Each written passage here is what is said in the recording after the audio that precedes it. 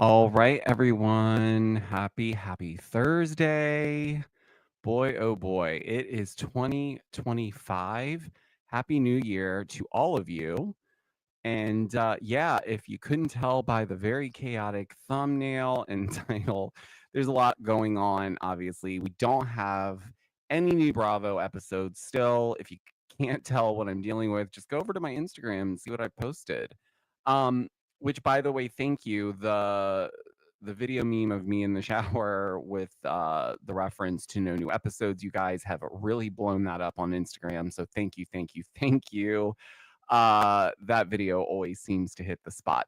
But anyways, yes, we are obviously here to dive into a few things. We're going to discuss a couple Bravo tidbits, but a lot of you guys have been DMing me and asking me my thoughts on the whole Blake Lively versus Justin Baldoni situation. And yes, I've been following it, but yes, this is also mainly a Bravo channel, but I figured why not dig into it? It was very interesting for me. I read through all of the legal documents and kind of looked at it from multiple angles. I've listened to different people break it down. I then went and read it again. And then obviously yesterday, Blake officially filed her lawsuit. And Justin has also filed a lawsuit right before that against the New York Times. It's a mess, okay? It's a mess. So I'm going to give you everything that I know and my thoughts on it a little bit later. But first, we need to dive into some quick tea because, man, that Jersey Mike's sub sandwich must be really, really good, okay? Because Jen Aydin lost her crap over it and even hassled the poor employee. Anyways, let's just dive right into this. Quick tea. Georgia says, quick tea, quick tea, quick tea.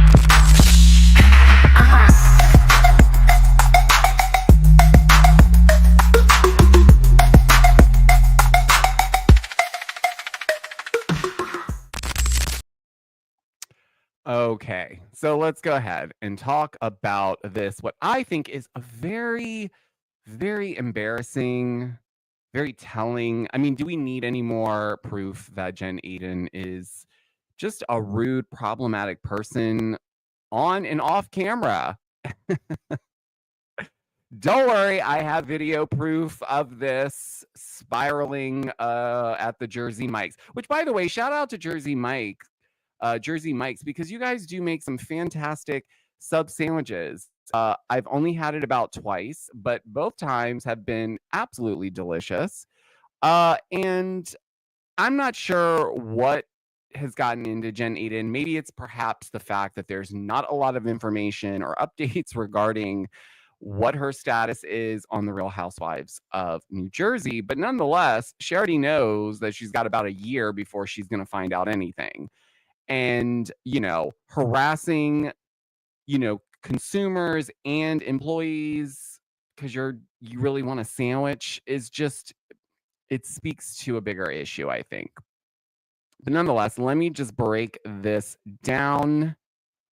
So Jen Aydin posted a video. She's ranting about how she was at Jersey Mike's. She was, they were ordering food. They were in an airport.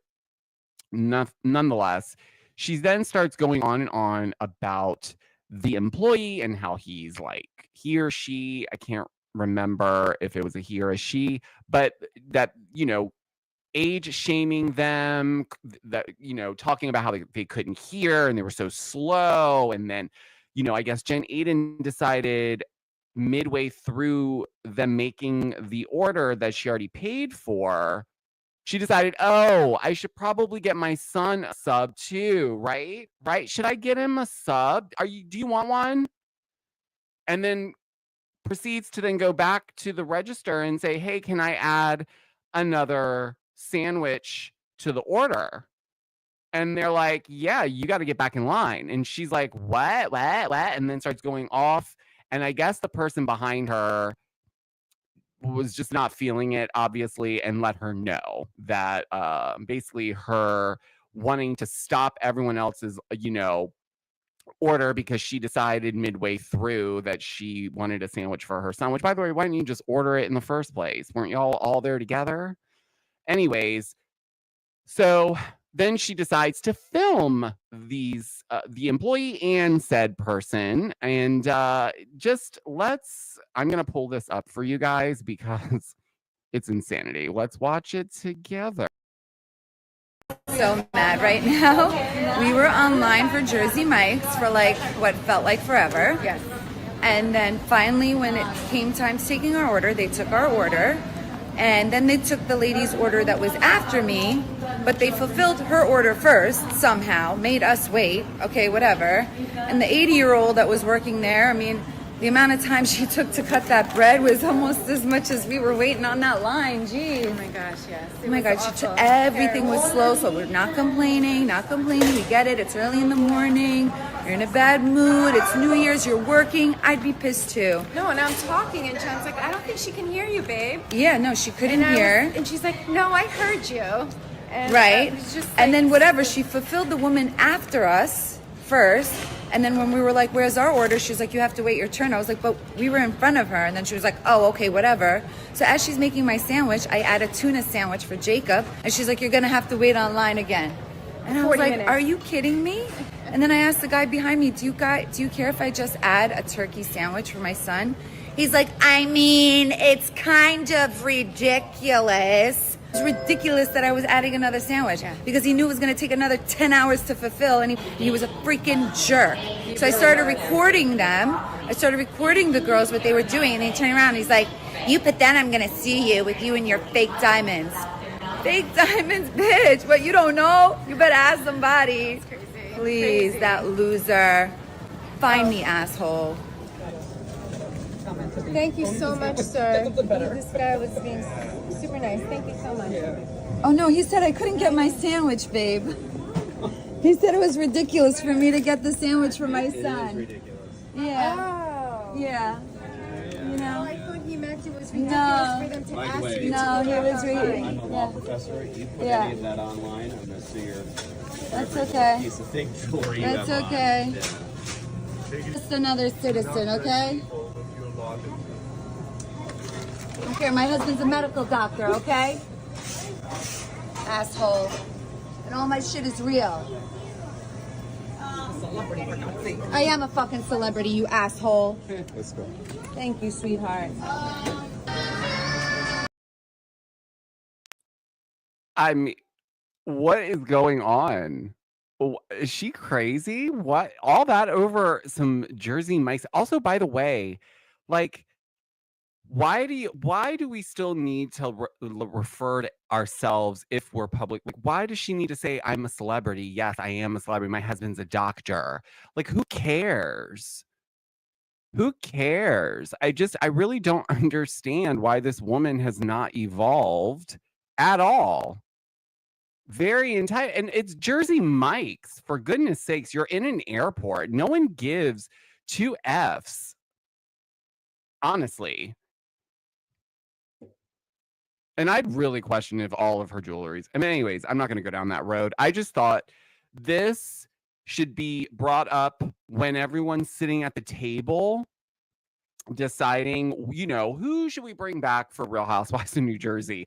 I think we should pull up these instances when Jen Aydin is showing her ass, in public with, first of all, why are you treating this poor seniors like this senior citizen is just trying to work, which, by the way, is already backwards.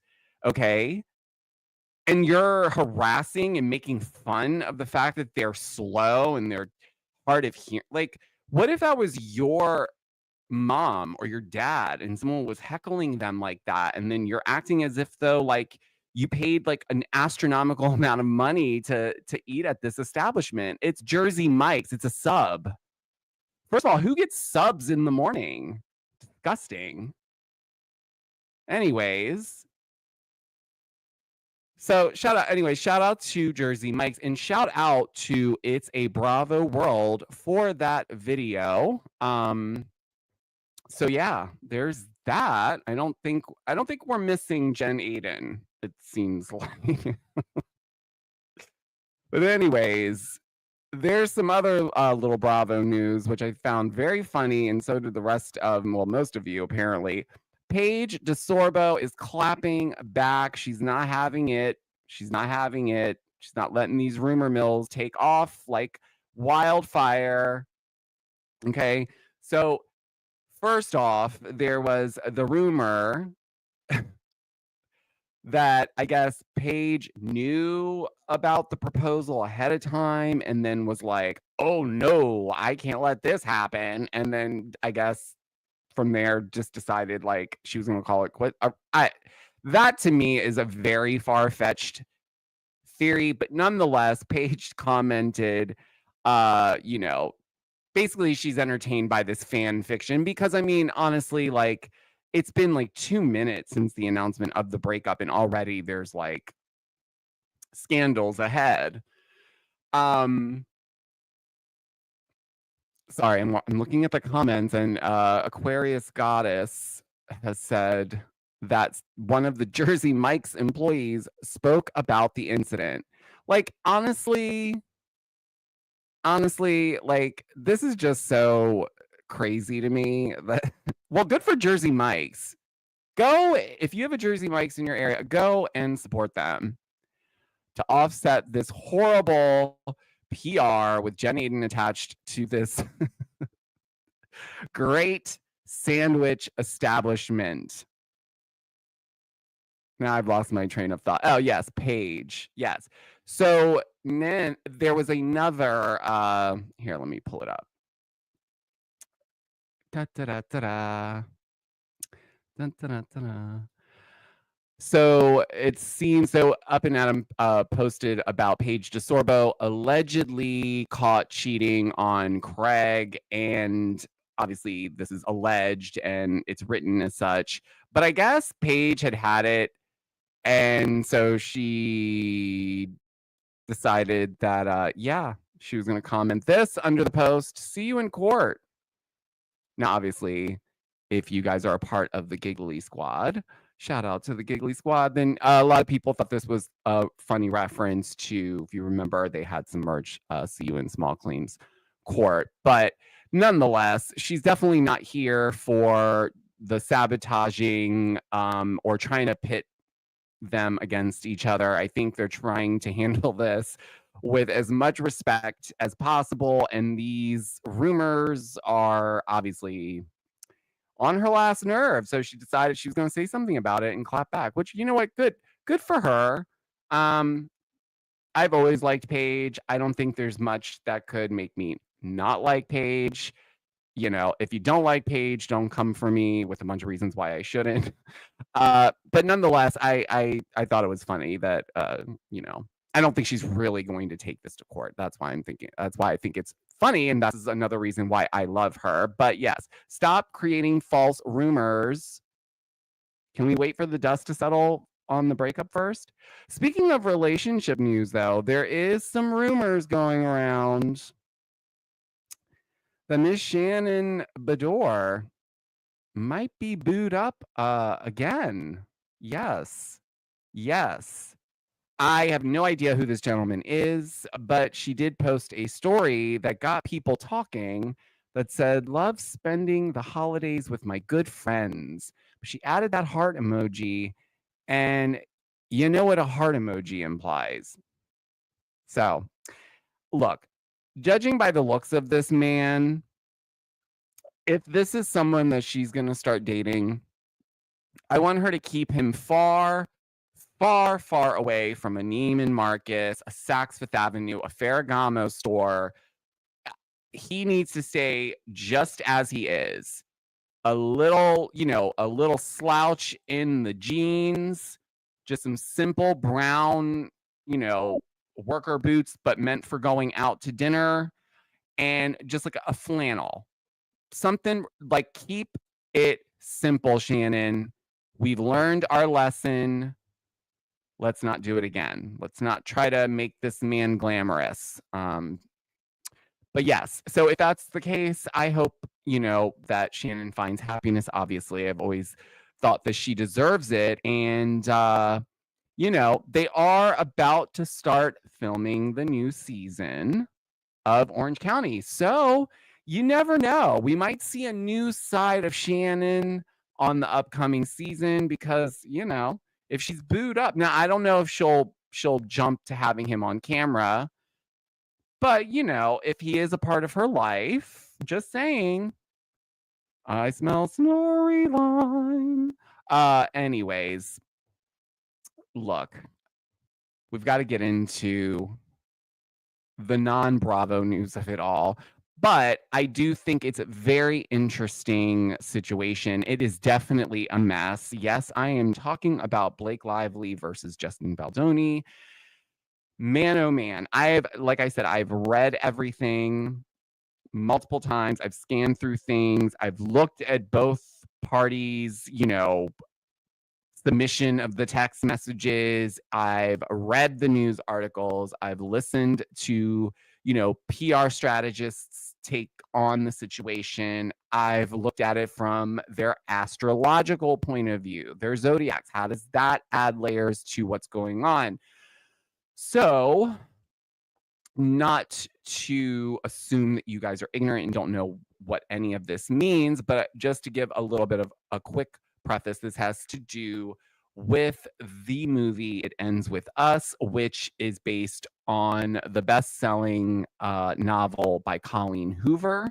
And trigger warning, I should have said this at the beginning, so apologies. Trigger warning, there will be references to DV and sexual harassment, sexual type of things. So now that's out of the way.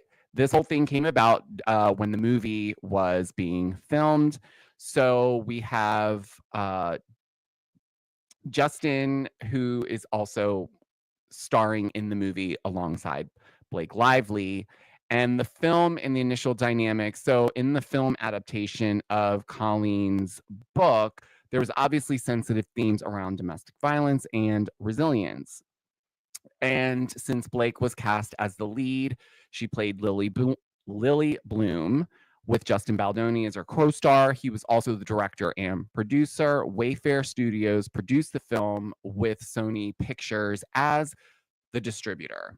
Okay, so that's pretty much where this kind of starts off. Now, let's get into these allegations because Blake Lively did put out a lot of complaints, and the New York Times did put that out. Everyone pretty much went and read it. And a lot of people initially, before this whole thing came out, I would say a lot of people were either in the middle or they were definitely a little bit more on the side of Justin, just based on what we were seeing during the press junket when Blake was out and about doing the press tour. And then obviously all those old clips from past interviews or interactions with fans were popping up. So there was a lot of stuff going on. But once this dropped and the New York Times piece came out around it, it swayed a lot of people, obviously, into then being like, this is awful and this is horrible. And there was, people from all angles saying, like, just because I don't personally like Blake, that doesn't mean that she should go through, or anybody should go through anything like that. Specifically when you're at work, right? And so this is where she lists out these are her allegations and complaints. So she claims there was sexual harassment on set, inappropriate comments were made. She alleges Baldoni made unprofessional remarks about her appearance, such as describing wardrobe changes as quote unquote sexier, which she found degrading.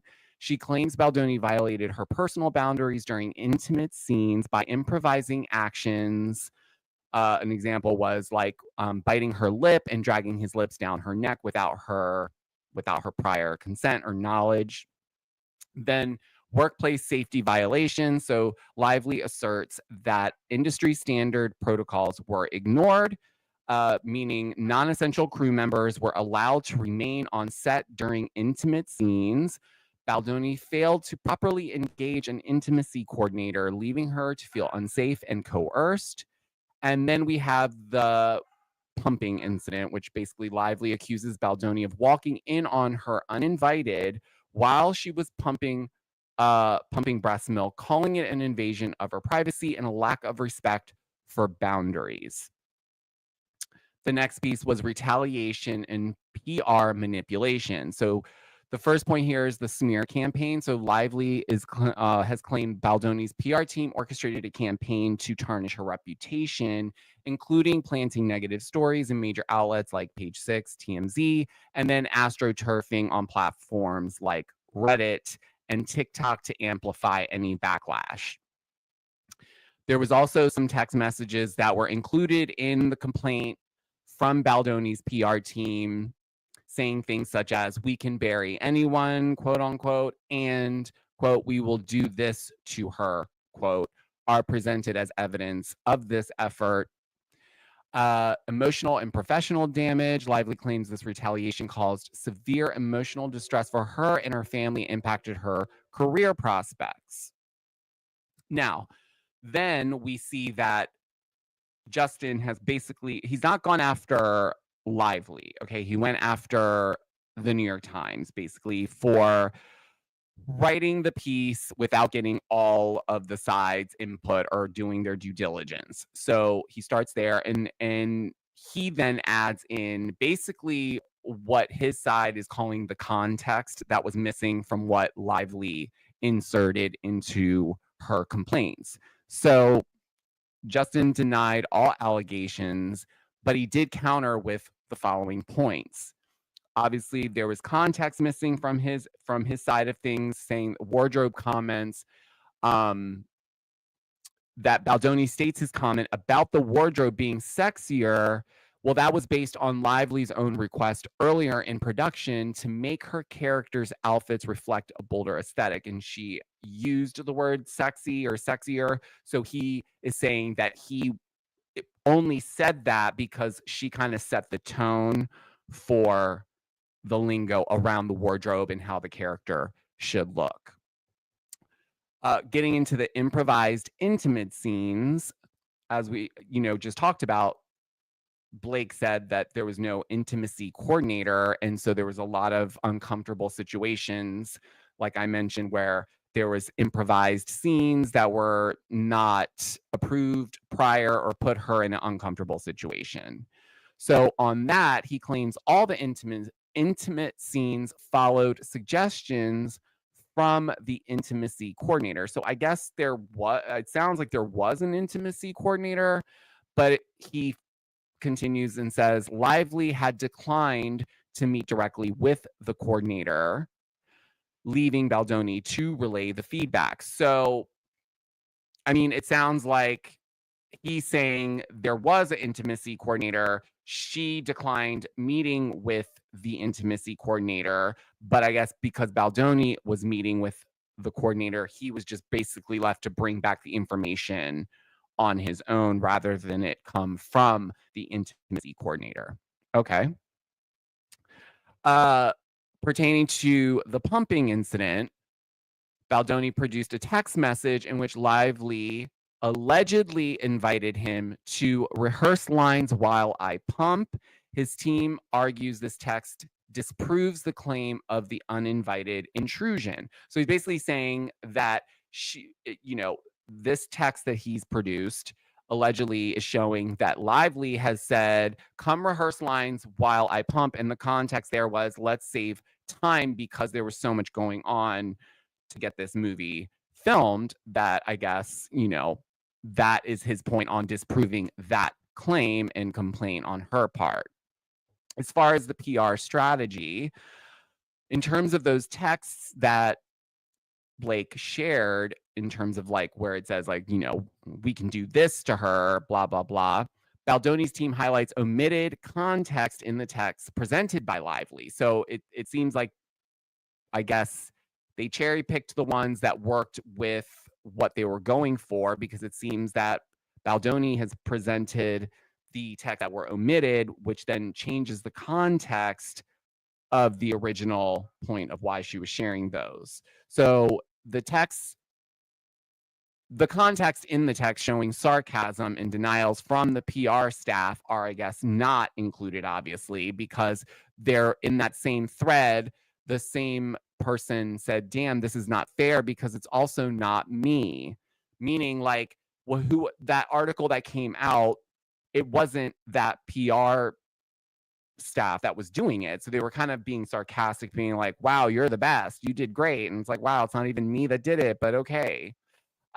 So this is, I guess, meant to also weaken the claim around this whole smear campaign, right? And if I'm being honest, like just looking at it when it was happening in real time, I have to say that there wasn't anything that was planted. It was a lot of like resurfaced clips, and obviously we know the very big one was I can't think of her name, but she's the Norwegian journalist who, you know, that whole interview that went viral where she references Blake Lively's baby bump, and we saw that interaction. There was other ones that popped up. So smear campaign to me doesn't seem like that fits here, only because it wasn't made up stuff.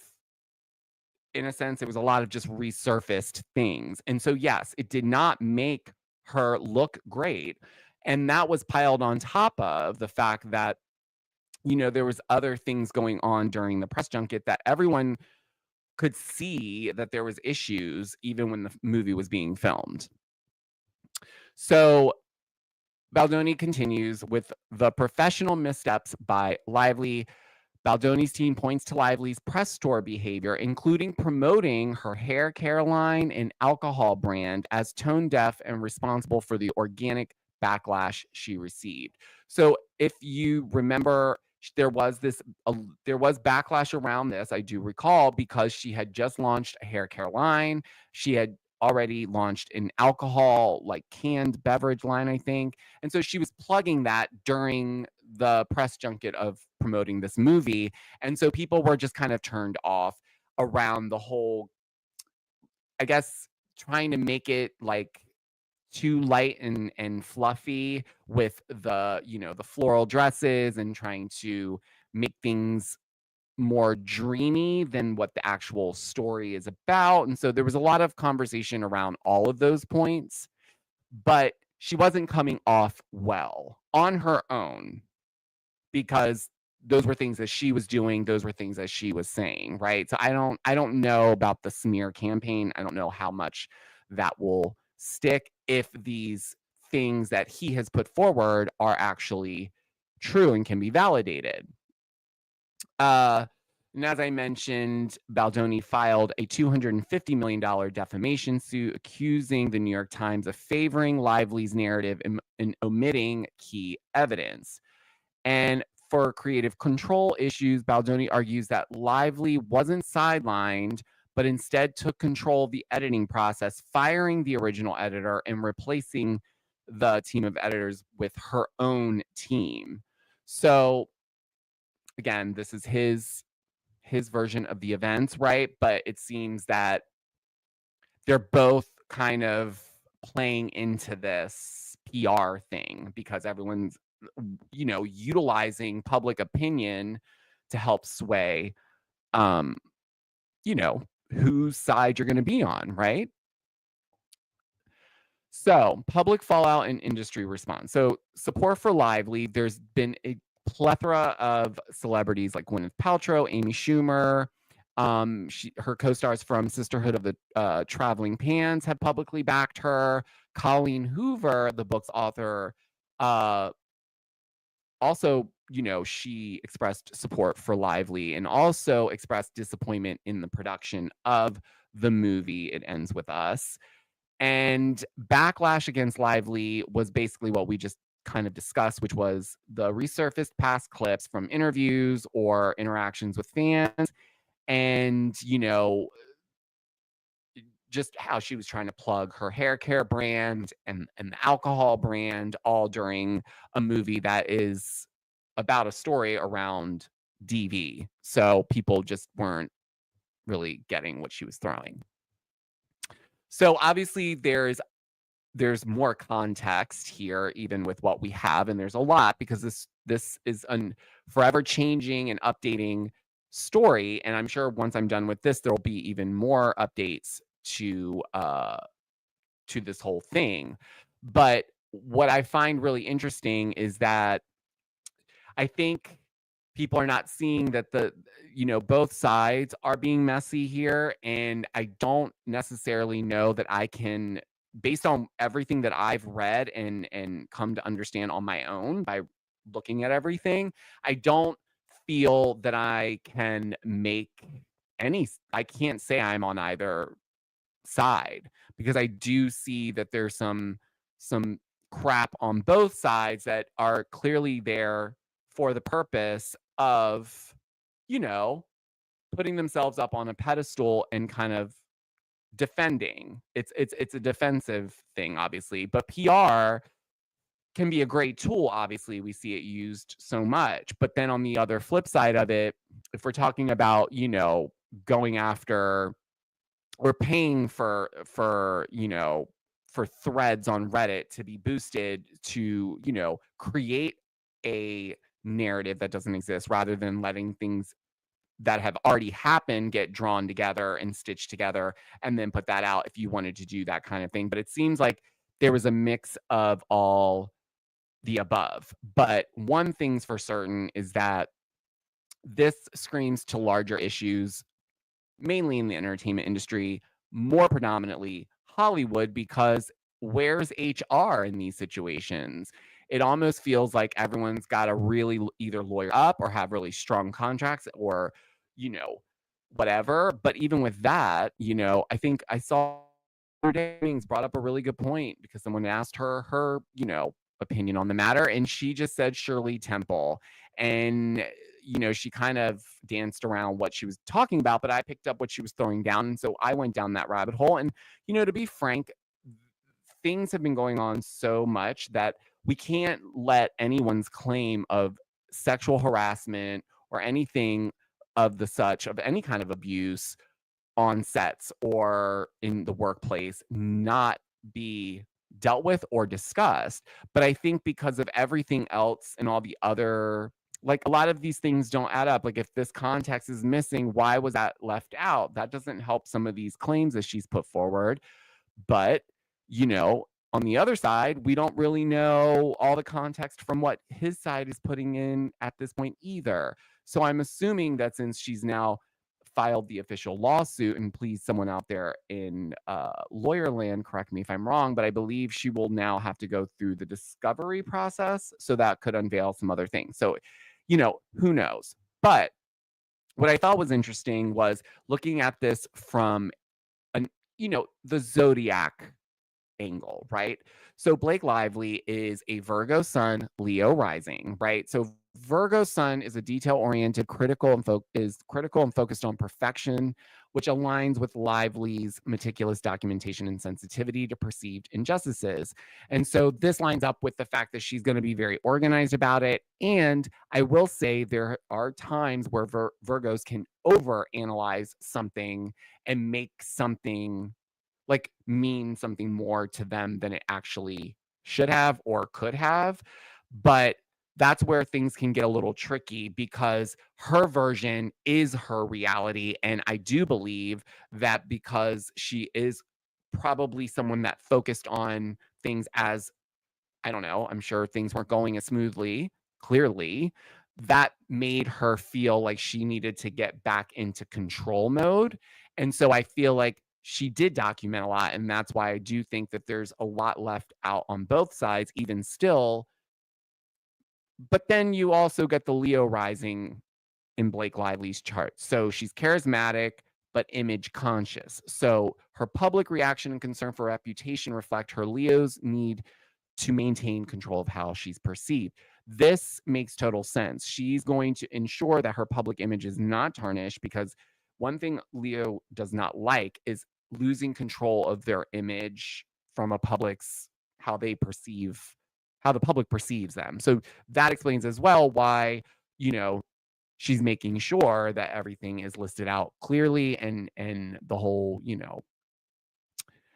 emotional distress and everything that impacted her professionally. All of those things come into play when you talk about public image. And in this case, she's also dealing with an Aquarius sun with a Virgo rising. I mean, this could not get any uglier if you're trying to have a fight between two people. These two individuals are really going to go to blows because they play differently, but they also can be messy in their own right. So for Justin, he's an Aquarius sun. I'm also an Aquarius sun, but logical and innovative. Baldoni likely approached situations with focus on efficiency, which may have led to emotional blind spots. I can speak to this as an Aquarius. I tend to focus on just making sure everything is going to work right, and I don't always keep others that should maybe be in the loop sometimes in the loop. So it can kind of make it seem like I'm keeping someone out, but I'm not. So nonetheless, you have that aspect of it, but then he's a Virgo rising. So he's precision oriented, but sometimes rigid. So that adds another layer to this whole situation because he's, like I said, he's playing differently. So his attention to detail, they're both going to come at this with a lot of hyper detail, it seems. But I guess what I want to know is like for me, initially, it's like, okay, she put the complaint out. Is this just to get more accountability out of, the situation? Why was Sony not really involved as much? Why are they not bearing some of this responsibility? I know they're just a distributor, but it's just that's kind of weird to me. How would I think that personal dynamics play into this? I think that they both have very strong-willed visions, and I think that because they're both going to come at this like really hard, it's going to be probably one of the biggest cases. I think this will probably even be bigger than the Amber Heard Johnny Depp situation, if I'm being honest. I mean, just based on how it's going now, it's moving very rapidly. And it's clear people are ready. Their teams are ready to go. Like I said, Lively formally, filed the lawsuit yesterday. Justin just, a day or two before that filed his lawsuit against the New York Times. They're ready to go. But what's really interesting to me, and I'm not saying this fits into anything specific, but I was looking up some stuff in terms of, who had spoken out in, support of Lively and whatnot. And obviously we talk about Colleen Hoover, who, she's being supportive of Blake Lively. But what I didn't realize, and someone sent this to me last night, was I guess in 2022, Colleen Hoover's son, Levi Hoover, who was then 21, was accused by a 16-year-old girl of online harassment. The accuser claimed that Levi knowingly engaged with her on Snapchat, aware of her minor status, and requested inappropriate pictures. The accuser then took to Twitter to allege that after messaging Colleen Hoover privately about Levi's behavior, she was then blocked by Colleen, allegedly, adding to her frustration. The claims bolstered by now deleted screenshots. I tried to find them. I had no luck. Went viral on platforms like Reddit and TikTok, sparking outrage and calls to boycott Colleen's work. So Colleen then, she addressed this, but it seems that she addressed it in a private Facebook group, that Levi and the girl had been online friends and had never met in person. But that's weird, right? Because he's 21, right? Based on this 16-year-old's account. She's 16, he's 21. They're friends on Snapchat. what world is that happening and no one's blinking an eye? I'm not sure. Nonetheless, Levi reportedly made a comment that made the girl uncomfortable, meaning he asked her for a picture that clearly made the 16-year-old girl uncomfortable. And she said that, and then Colleen said she addressed it directly with him and the accuser. Colleen apologized to the girl and offered legal support by providing her home address and lawyer information. Colleen stated that she chose to not address the issue publicly because she felt it was not her place to speak on someone else's experience, and that she trusted that her actions as a parent to hold Levi accountable was sufficient. Now, I don't know. I find that a little bit odd. I don't know what happened to that girl. Perhaps there was some type of arrangement made, allegedly. Maybe Colleen had a conversation with this girl and their family. I don't know. Clearly, this doesn't look good. And also, this brought up points for people to say, well, like, and she's writing novels, like, kind of romanticizing this whole situation. Now, I have yet to watch this movie, and I'll be honest with you, the reason why I didn't watch it was because of all the, like, noise and what seemed to be a headache surrounding this movie. And clearly through the press tour, Justin was talking about different points and plot lines of a movie than Blake was. And Blake was also trying to sell a shampoo and conditioner and alcohol spritz cocktail drinks.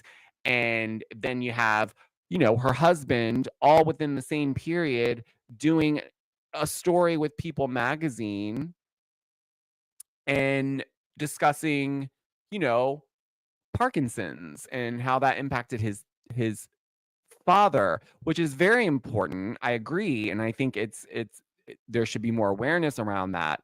But it was just odd that is what you're discussing now when everything is going on outside of that, and your father had passed away like 9 years before this. So it's just interesting to me when I'm looking at all of these things and I'm seeing that, and Colleen's son has been accused of, sexually harassing a minor on the internet. Like then you dig a little bit further and you see that, certain people's publicists companies were backed by Weinstein, and it's just it's never ending. It feels like a spider web of a bunch of mess. So no, I cannot sit here and say I'm team Baldoni or team Blake, because honestly, I think they're both playing this game, and I'm going to obviously keep watching and looking for updates because they're coming in quick. But I think this whole thing is just so wackadoodle and crazy, and it's sad, really, because I think what could have been a great message, meaning like this movie could have been something that could have been a great conversation starter for people in situations like that, or people who know people in situations like that, or whatever have you. And now it's gone this complete other route. Now we're only focusing on, what seems to be a lot of egos taking a pissing match. Now, I'm not saying that, I don't believe Blake, but then based on some of the things that she put out, now I have questions, right? Because it's like, well, if this context that was omitted was added back in, this changes the whole entire thing. So that's where I'm a little bit stuck in the middle. But that is all I have to say about that situation, at least for right now. But obviously, you guys weigh in. Check me if I misspoke somewhere. Obviously, I'm going to continue reading up on this. I will continue to update you guys on the podcast about it. And yeah, it's crazy times. It feels like everything is just coming undone, I'm going to have a sip of Coke on that one which, by the way, I've learned to not be so hard on myself this year on how much Coke I drink. Now, obviously, I'm not going to be excessive about it, but if I want a Coke, I'm going to get a Coke. I'm usually hard on myself because there's a lot of sugar in this. So.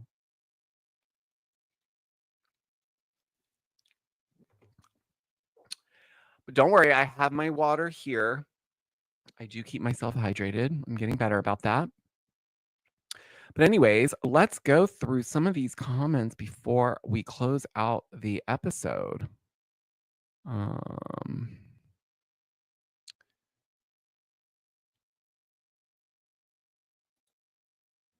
I don't understand how Bill stays married to her. Listen, Aquarius Goddess, this to me is up there with it's cheaper to keep her. Okay? That's my take on it. Yes, I agree. Adam Jen is very entitled, and I don't think she can. I think she actually would agree with us. I think she would say she's very entitled. Based on the way she was behaving in that video, I can't see her disagreeing with the entitled statement. Oh. Let's see. Hi, Tay Tay. Neither was in the right. I agree.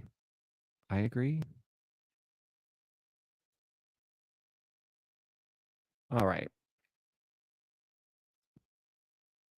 Yes, Emily D. Baker broke it down on Nick Vial's podcast. Yes, shout out to Emily D. Baker. She's one of the first legal people that I go to on here for anything regarding any legal documentation because, yes, I can read it, but there's a lot of things in there that you don't pick up on or lingo. And so she's a great person to go to for that. And she explains it in a way that I've always said I can walk away and understand it completely. And it's easy to understand. Jess Kelly, thank you. Thank you so much. Look, I know it wasn't Bravo related, guys, but I figured it's a really big story and there's not really anything going on this last 2 weeks. Tomorrow's Friday, though. So that means next week we're back to our regularly scheduled programming. I am going to update you guys when I get some more information around the Potomac reunion. I also didn't talk about this, but I might talk about it on tomorrow's podcast in a little bit more length. But if you may have saw or didn't see, Mia Thornton posted with Gordon and basically made it seem like they're back together. I got some news regarding, yes, we know that her and Ink are no longer together, but there was some more context prior to that I found very interesting. So I will update you guys on that tomorrow. And just a little reminder, I released a new album called Night at the EDM Opera. This is just a fun 10-song album, playful, upbeat, catchy. But if you like EDM and you like opera, go give it a listen. Let me know your thoughts. What else? I don't know. I think that's about it. I feel like I packed in a lot. I just wanted to give you guys my 2 cents on what's been going on. But before I head out, make sure you guys like and subscribe. I do go live now Monday through Friday at 4 p.m. Eastern Standard Time. So please do join me if you can. If not, that is completely okay because you can watch the replay when it's over. And what else? Yes. Also hit the notification bell if you're subscribed so you know when I'm going live, when I am live. And yes, thank you guys for the new I got some new positive reviews for the podcast. So thank you. If you feel inclined and want to leave a 5-star review on my Giorgio Says podcast, that would be amazing and be super helpful to me. And I think that's where I'll leave it for today. I thank you so much for joining me, everyone in the chat. Thank you for taking time out of your day to gab with me. I couldn't do it without you. And I will, well, first of all, happy 2025 again, because this year is going to be amazing. I know everything seems like really crazy and shitty right now, but I do believe that we're going to turn the corner and we're going to see some real positive changes. That's what I'm manifesting at the very least. I hope you guys have a great rest of your Thursday evening. Stay safe out there. Stay warm if it's cold where you are. It's cold here. And until the next one, guys, I'll talk to you on the next one. Bye.